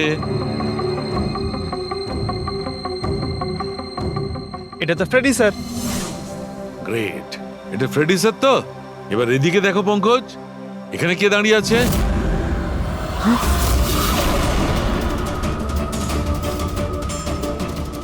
এটা কি করে হতে পারে? এটাও ফ্রেডি স্যার, এখানেও ফ্রেডি স্যার। তার মানে শালুকে পরেশ আর শিপ্রার সঙ্গেও এরকমই হয়েছে? স্যার বন্ধ করো, ব্যাস, এতগুলো ব্যাস, পেটি, স্যার। ব্যাস। পটিটা লাগিয়ে নাও, ভালো করে চোখটা বেঁধে নাও। দেখলে তো, এটাকেই ফেবলিক সিমটম বলে। এই সিমটমে মানুষের একই চেহারা সব জায়গায় সে দেখতে পায়। সেই মানুষটার চেহারা যাকে হয়তো সে সবচেয়ে বেশি ঘৃণা করে, অথবা যাকে সে সবচেয়ে ভয় পায়। পঙ্কজ, তুই আমার উপরে এত রেগে আছিস ভাই? আরে স্যার, আপনার ওপর রাগ কেন করতে যাব? আপনাকে তো আমি ভয় পাই। পঙ্কজকে আমি ওই কেমিক্যালটার একটুখানি ডোজ দিয়েছি, সেই জন্য এর ওপর অতটা প্রভাব বিস্তার করেনি যেমন ওদের ওপর করেছিল। পরেশ আর শিপ্রাকে এত বেশি ডোজ দেওয়া হয়েছিল যে ওদের মস্তিষ্কে গভীর প্রভাব পড়েছিল আর সাইকোসিস লেভেলে পৌঁছে গেছিল। এই জন্য ওরা এমন রিয়াক্ট করছিল যেন যেন সামনে ভূত দাঁড়িয়ে আছে। তার মানে হলো যে আস্তে আস্তে পরেশের মাথা থেকে এই কেমিক্যালের প্রভাব যখন কমতে থাকবে তখনও নর্মাল হয়ে যাবে আর আমরা অপরাধীকে ধরার রাস্তা পেয়ে যাব। হতে পারে, কিন্তু নিশ্চিত বলা যাবে না। আর হ্যাঁ, আমি এটাও বলতে পারবো না যে এই কেমিক্যালটার প্রভাব কাটতে কতটা দেরি হবে।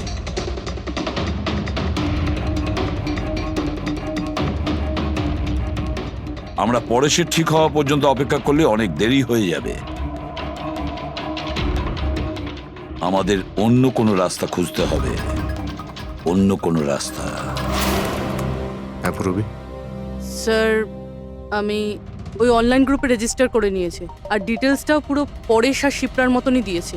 নো ফ্রেন্ডস, নো ফ্যামিলি, একদম একা। ওরা এরকমই লোক খুঁজছে। এই এটা এটা হলো তোমার ট্র্যাকার। এটা থেকে জানতে পারবো তোমার মুভমেন্টের ব্যাপারে। আর এটা তোমার ক্যামেরা। আমাদের কাছে এই ওয়ালেটটা আছে স্যার, ওই লোকটাকে চেনার আর ওর আসল রূপ জানার জন্য। আর কিছু জিনিস পাওয়া গেছে। পেট্রোল পাম্পের বিল, এটা হোটেলের ম্যাচ বক্স, আর এটা কিনা ম্যাচ বক্স। এই নাম্বারটা কিসের? সেলফোনের মনে হচ্ছে। স্যার আমি এই পেট্রোল পাম্পে গেছিলাম, ওখান থেকে জানতে পারলাম যে এই লোকটা মাসে 2 বার এখানে আসে। আর সিসিটিভি ফুটেজে আমি দেখলাম যে ওই লোকটা বাইকে প্রত্যেকবার নতুন নতুন নাম্বার প্লেট লাগিয়ে আসে। আচ্ছা। হ্যাঁ, আর পেমেন্ট ক্যাশে করে। আর স্যার, এই ম্যাচ বক্সটা যেই হোটেলের, সেখানেও আমরা জিজ্ঞাসাবাদ করেছি। ওই লোকটা মাসে প্রায় 5-6 বার ওখানে খাবার খেতে যায় আর পেমেন্টও করে একেবারে ক্যাশে। স্যার এই নাম্বারের ব্যাপারে আপনি জিজ্ঞেস করছিলেন, বারে একটা মেয়ে আছে ওখানেই কাজ করে। ও বলছিল যে লোকটার নাম নাকি অশোক, আর 1-2 বার ওনার সঙ্গে দেখা হয়েছে, তারপরে কোনোদিন দেখা হয়নি। তার মানে আমাদের কাছে এই অশোকের ব্যাপারে শুধু এই ইনফরমেশনটুকু আছে। একটা কাজ করি, এই যে যত লোকেশন আছে না, পেট্রোল পাম্প, বার আর এই হোটেলস, দেখি কোনটা কোথায়। একটু ম্যাপটা দেখাও।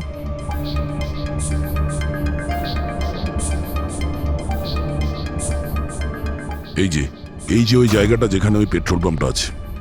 স্যার এখানে বার আছে। আর স্যার এটা হোটেল। বার, এটা হোটেল আর পেট্রোল পাম্প। দয়া স্যার, এরকম মনে হচ্ছে না? দেখো, এই পুরো পুরো লোকেশনটাই এখান থেকে 1 কিলোমিটারের মধ্যেই রয়েছে। হতে পারে স্যার ওর বাড়ি কিংবা অফিস এই জায়গার আশেপাশেই হবে। Are you ready? I am ready sir. চলো স্যার। হ্যাঁ স্যার আমি রেডি। বাহ, দারুণ গেট আপ করেছো তো। ওর বাড়ির কি ব্যবস্থা করলে? স্যার পূরবীর জন্য ভাড়ায় 1 সপ্তাহের জন্য রুম নিয়েছি। আই মিন আলপার জন্য। আলপা, ঠিক আছে, গুড। কিন্তু পূরবী খুব সজাগ থাকবে। ওদের ফার্স্ট স্টেপ কি আমরা জানি না। হ্যাঁ sir. Good luck. Thank you sir. এবার একটা কাজ করা যাক, এই 1 কিলোমিটার রেডিয়াসের মধ্যে ওই অশোকের ফটোগ্রাফটা দেখাও, সবাইকে দেখাও। হয়তো এমন কেউ থাকবে যে ওকে চেনে।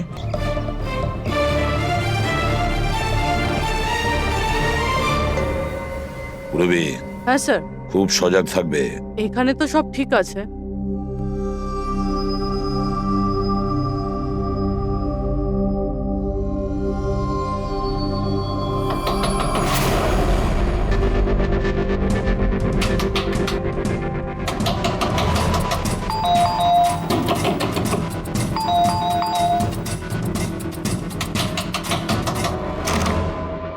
হ্যাঁ বলুন। ওই আমার পেছনে না কিছু গুন্ডা লেগেছে, আমি ভেতরে আসতে পারি প্লিজ?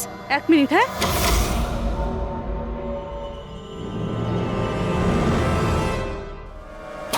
এসো এসো, তাড়াতাড়ি এসো। কি হচ্ছেটা কি তোমার? আরে এ তো অদিতি, শিপ্রার প্রতিবেশী। আসলে আমার পেছনে না কিছু গুন্ডা লেগেছে, আমি কিছু বুঝতে পারছিলাম না, সেই জন্য আপনার ঘরে চলে এসেছি। কোনো ব্যাপার না। Thank you miss. আলপা। আর তুমি? অদিতি। বসো। আপনি প্লিজ আমাকে এক গ্লাস জল খাওয়াবেন প্লিজ? এক্ষুনি আনছি।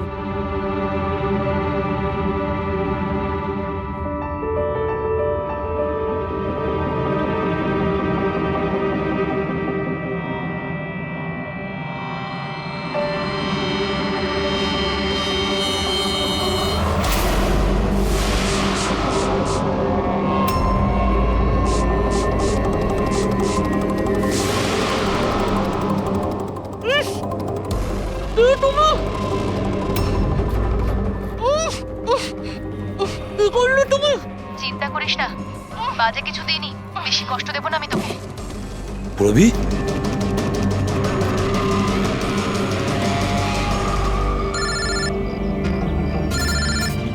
হ্যাঁ স্যার। কি শিপ্রার প্রতিবেশী অদিতি? স্যার আমি এক্ষুনি ওখানে যাচ্ছি। না স্যার, অশোকের ব্যাপারে এখনো জানতে পারিনি। Yes sir. সবকিছুই তো প্ল্যান অনুযায়ী চলছে। এবার দেখব অদিতি পুরবীকে কোথায় নিয়ে যাচ্ছে। আরে এ কি দেখছি, ট্র্যাকার এক জায়গায় আছে, মুভ করছে না। এটা আবার হয়নি তো যে ওরা ট্র্যাকারের ব্যাপারে জানতে পেরে গেছে, বের করে ফেলে দিয়েছে? মাই গড, এবার আমরা পৌঁছবো কি করে এদের কাছে?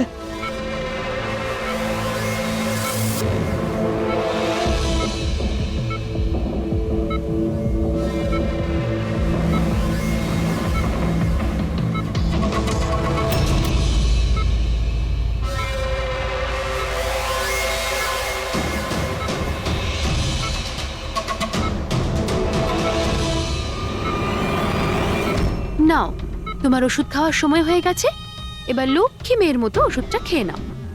আর তুমি একদম টেনশন করবে না, আমি তোমাকে একদম বেশি কষ্ট দেব না। কে তুমি? ছাড়ো আমাকে, ছাড়ো আমাকে। চিন্তা করো না, আমি তোমাকে কষ্ট দেব না। ছাড়ো আমাকে।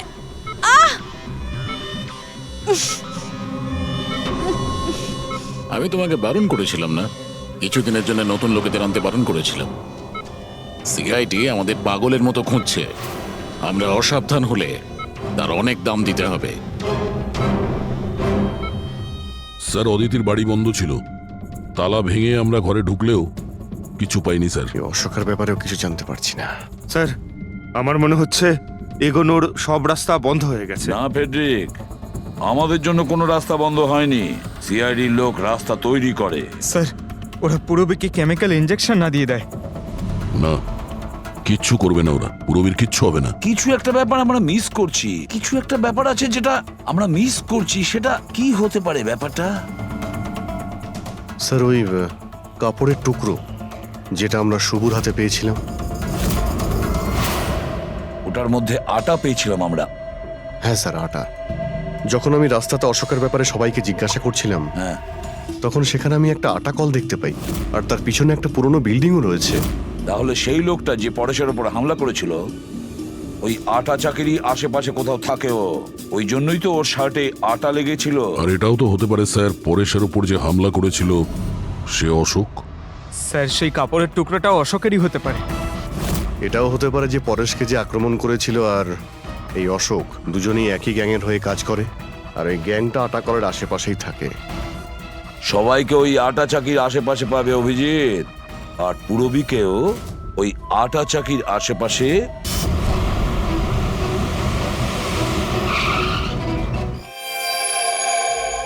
কেউ নিজের জায়গা থেকে নড়বে না, কেউ না।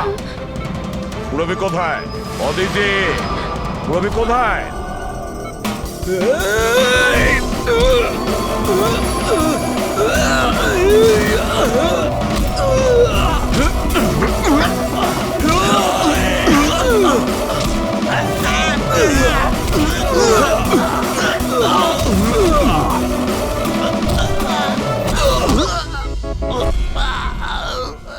সব নার্স এবং ডক্টররা এইদিকে চলে এসো। চলে এসো। এসো তুমিও, চলো। তাড়াতাড়ি। ডক্টর অদিতি, পুরবি কোথায়? পুরবি কোথায়?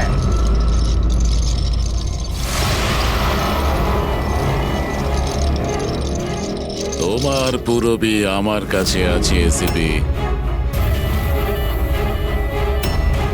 আরে তুমি?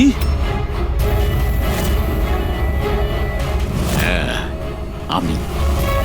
যাকে তোমরা এদিক ওদিক খুঁজছিলে না, সে তোমাদের সঙ্গেই ছিল। আমাকে দেখে এখন আফসোস হচ্ছে তো? আমি জানতাম সিআইডি কোনো কাজ ফেলে রাখে না, তাই আমি আমার প্রতিটা পদক্ষেপ ভেবে চিন্তে নিয়েছি। কিন্তু এই অদিতির বোকামির জন্য সবকিছু গোলমাল হয়ে গেল। আর আর আমাকে ফাঁসানোর জন্য তোমরা তোমাদের অফিসারকে আমার এখানে পাঠিয়েছো। কিন্তু এখন ও আমার জালে ফেঁসে আছে, আর ওই আমাকে এখান থেকে বের করে নিয়ে যাবে। তোমার কি মনে হচ্ছে পুরবীকে সামনে রেখে তুমি আমাদের থেকে বেঁচে যাবে? না, মনে হয় না। এমনটাই হবে। যদি তোমরা তোমাদের এই বাহাদুর অফিসারকে জীবন্ত দেখতে চাও, তাহলে আমাকে যেতে দাও। না হলে আমি এই কেমিক্যাল ওর ভেতরে ইনজেক্ট করে দেব। আর তারপরে কি হবে তোমরা সবাই জানো। এসব তুমি কেন করছো? হ্যাঁ, আমার ছেলে রবির জন্য। নিজের ছেলের জন্য? হ্যাঁ, আমার ছেলের পার্কিনসন নামের রোগ আছে। আমি আমার কেমিক্যাল দিয়ে ওই রোগের ওষুধ খুঁজছি। আর আমি যে ফার্মা কোম্পানিতে কাজ করি, তারা মানুষের উপর প্রয়োগ করতে দিচ্ছে না। সেই জন্য তুমি কায়দা করে লোকেদের ভাসিয়ে তাদের উপরেই এক্সপেরিমেন্ট করতে শুরু করে দাও। যদি আমি এটা না করি, তাহলে আমি সঠিক ওষুধ বার করতে পারবো না। কি করে আমি জানতে পারবো যে এই কেমিক্যালের রিয়াকশন মানুষের উপর কি হতে পারে? আর তাই তুমি সাপোর্ট গ্রুপে এমন এমন লোকেদের পছন্দ করতে যে একলা থাকতো, যাতে ও উধাও হয়ে গেলেও কেউ জানতে না পারে। আর তুমি ওর ওপর নিজের এক্সপেরিমেন্ট আরাম করে করতে পারবে। হ্যাঁ, একাকিত্বে ভোগা মানুষজনকে আমি নিজের সাপোর্ট গ্রুপে এনে ফাঁসিয়েছি, আর ওদের উপর এক্সপেরিমেন্ট শুরু করেছি। কিন্তু এদের ভুলের জন্য ও এখান থেকে পালিয়ে গেছে, আর তোমরা এসে ঢুকেছো। না হলে আমার প্ল্যান কখনো ভুল হয় না। সেই জন্যই তুমি ওকে মারতে চাইছিলে। আমি তো ওকে আন্ডার কনস্ট্রাকশন বিল্ডিং এ মেরে ফেলতাম, কিন্তু ওই আর্কিটেক্ট মাঝখানে চলে এলো। ওখানে তো তোমাকেও আহত অবস্থায় পাওয়া গিয়েছিল। ব্যাপারটা কি ছিল? পরেশকে ছুরি মারা মাত্র আমি লোকেদের আওয়াজ শুনতে পেলাম। আমি ওখান থেকে পালাতে চেয়েছিলাম। আর তাড়াহুড়োতে তোমার পা পিছলে যায় আর সোজা তুমি নিচে পড়ে যাও। আমি তো ওখান থেকেও পালাতাম, কিন্তু আমার ওই ভেঙে যাওয়া পায়ের জন্য আমি পালাতে পারিনি। আর তাই তুমি ভিকটিম হওয়ার নাটক করলে, যাতে তুমি সেফও থাকো আর কারোর তোমার উপর সন্দেহ হবে না। আর তখন তোমাদের নজর আমার উপর পড়ে। আর ওই শিপ্রা, ওকে তো তুমি কিডন্যাপ করোনি? ও তো সুপার মার্কেটে ঘুরছিল। সাপোর্ট গ্রুপের মধ্যে থেকে অদিতি শিপ্রাকে বেছে নেয়, আর আমরা ঠিক করি আমরা ওকে কিডন্যাপ করব না, চুপচাপ এই ট্রাক ওকে দেব। খেলোয়াড় তো তুমি খুব ভালো, কিন্তু একটু কাঁচা। না হলে আমাদের জন্য তুমি প্রমাণ ছাড়তে না। মনে আছে তো তোমার ওই শার্ট, সেটার একটা টুকরো, কাপড়ের টুকরো, সেটার ওপর যে আটা লেগেছিল না, ব্যাস ওটার সূত্র ধরে তোমার কাছে আমরা পৌঁছে গেছি।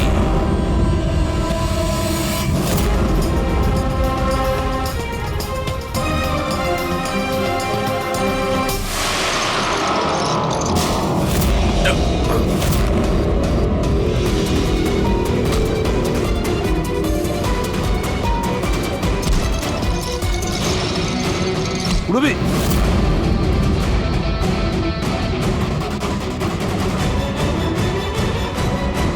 পুরবি ঠিক আছো? হ্যাঁ হ্যাঁ স্যার। আচ্ছা, তুমি কি করেছো একবারও ভেবে দেখেছো? হ্যাঁ, নিজের ছেলেকে বাঁচানোর জন্য জানি না তুমি কত নিরীহ লোকের প্রাণ নিয়ে খেলা করেছো। আর এটা ভেবে দেখোনি যে কোনটা ঠিক আর কোনটা ভুল। তোমার ছেলের জন্য তো আমরা খুব ভালো ট্রিটমেন্টের ব্যবস্থা করব, কিন্তু তোমাকে জেলের গড়াদের পেছনে পাঠিয়ে দেব। হয়তো ততক্ষণে ফাঁসির হুকুম হয়ে যাবে।